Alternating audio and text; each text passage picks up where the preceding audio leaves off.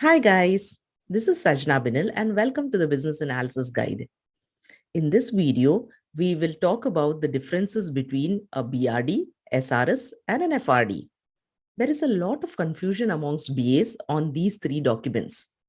And the major source of confusion is who prepares these documents and what exactly goes into these documents. So today, let's clear out that confusion. So let's look at the first document, Business Requirement Document or BRD.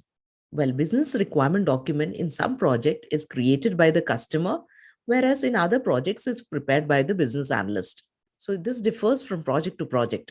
What it contains high-level business requirements and stakeholder requirements. So most of the requirements in this document is listed as high-level business goals. Who uses this document? This document is used by the upper and the middle management of the organization. It is prepared in the initiation phase of the project. This document primarily answers the question why the requirements are being undertaken, why this project is being initiated, and what are the high-level goals and objectives of the project. Now let's take a look at the second document, Software Requirement Specification. Now this document is also called as Product Requirements Document or System Requirements Document. So it is the same. Who creates this document? This document is created by the business analyst or the system analyst. What it contains detailed functional requirements and non-functional requirements along with use cases. And who uses this document? This document is used by project managers, SMEs, a technical team, and the implementation leads. When is this document prepared? This document is prepared in the planning phase. And this document answers the question, what requirements must be fulfilled? And what is included in this document? Well, this document primarily answers the question, what requirements must be fulfilled in order to satisfy the business needs. Now let's take a look at an example of a system requirement. The proposed software should contain the following modules: login, registration, search, employee and reporting, administration.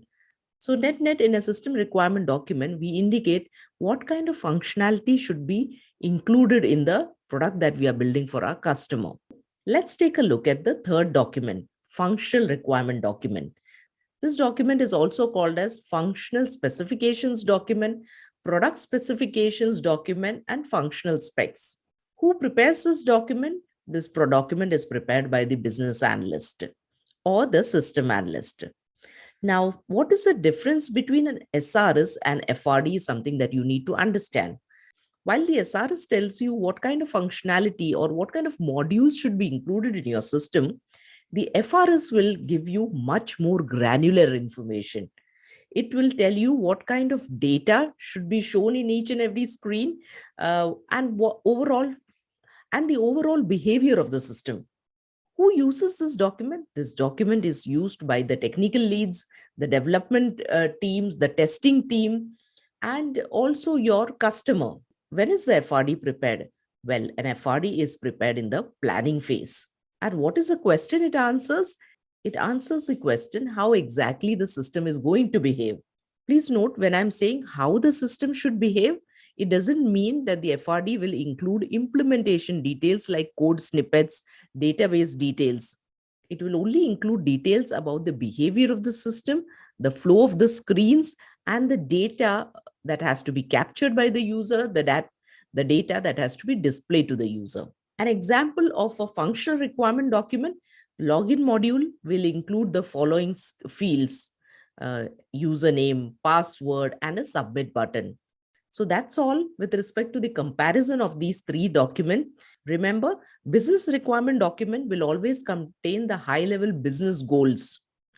System requirement document will show you the modules or the functionality that has to be included in the system, whereas the functional requirement document will include much more granular details as to what are the fields that has to be captured and what will be the overall behavior of the system. I hope this video cleared your confusion.